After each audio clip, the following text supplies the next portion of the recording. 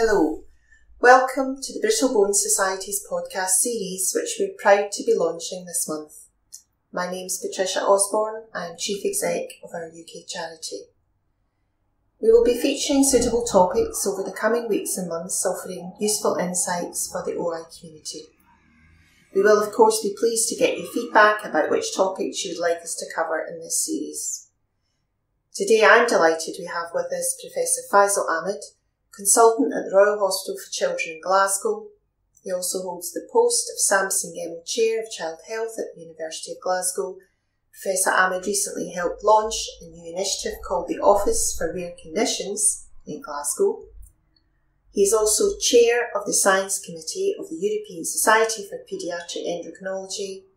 In addition to these professional activities, he is also member of the Board of Directors of the Glasgow Children's Hospital Charity. Good morning, Professor Ahmed. Thank you, Patricia. It's very nice to be here and to talk about these issues.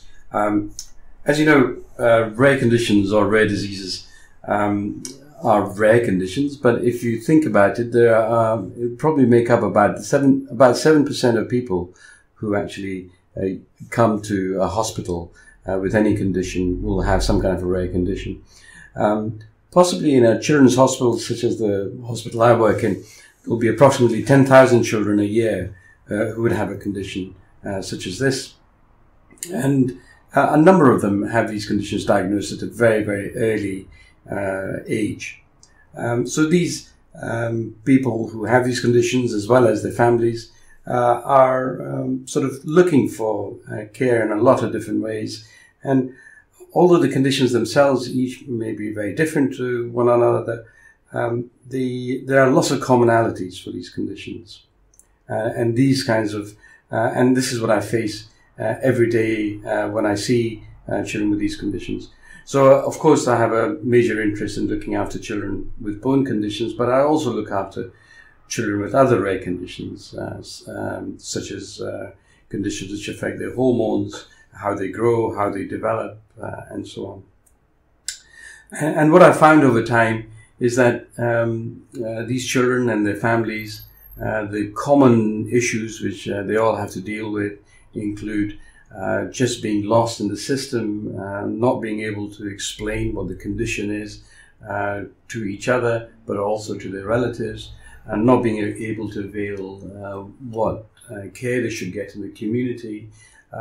And a lot of this is to do with just not having the right information available or not being able to find out where they can get this information.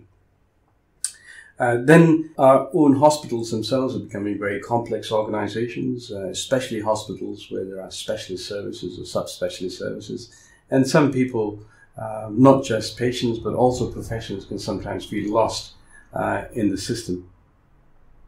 So for all of these things, I think the title of the theme of the Rare Disease Day this year of Bridging Health and Social Care is just perfect because it brings everything into light as to where the deficiencies are in our healthcare system.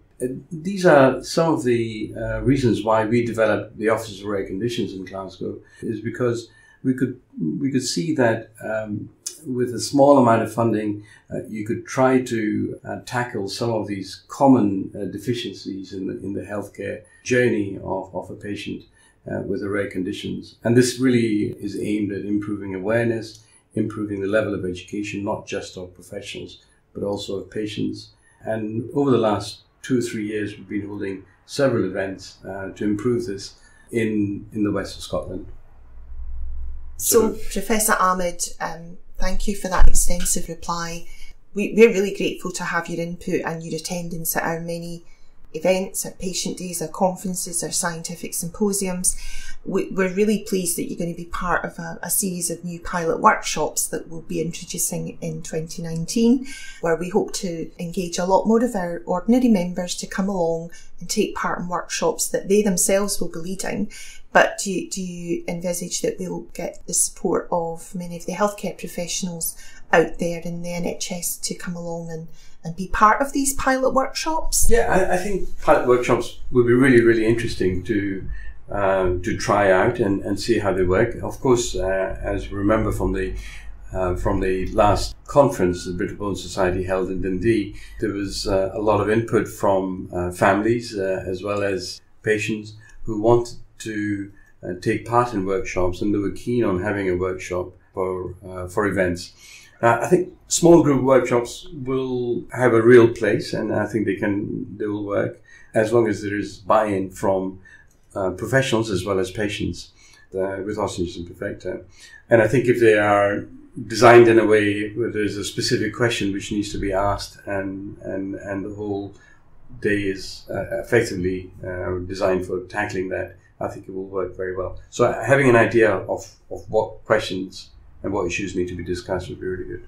So perhaps what we'll do is we'll put a call out to our wider members that they can supply us with some questions beforehand, so that we can give those to the healthcare professionals and medics that we invite along to the days, to the events. And we'll also have practical sessions on best ways of using your wheelchair and wheelchair maintenance, and there'll be all sorts of various topics that we will host the events on. So thank you very much for your input today, Professor Ahmed, and we look forward to hearing more posts from you throughout the coming year. And thanks for your time today. Thank you. Oh, thanks so much. I should add, I think if there was a workshop happening over here, combining it with a trip to the Victoria and Albert would be very good. Well said. Thank you, Professor. Thank you.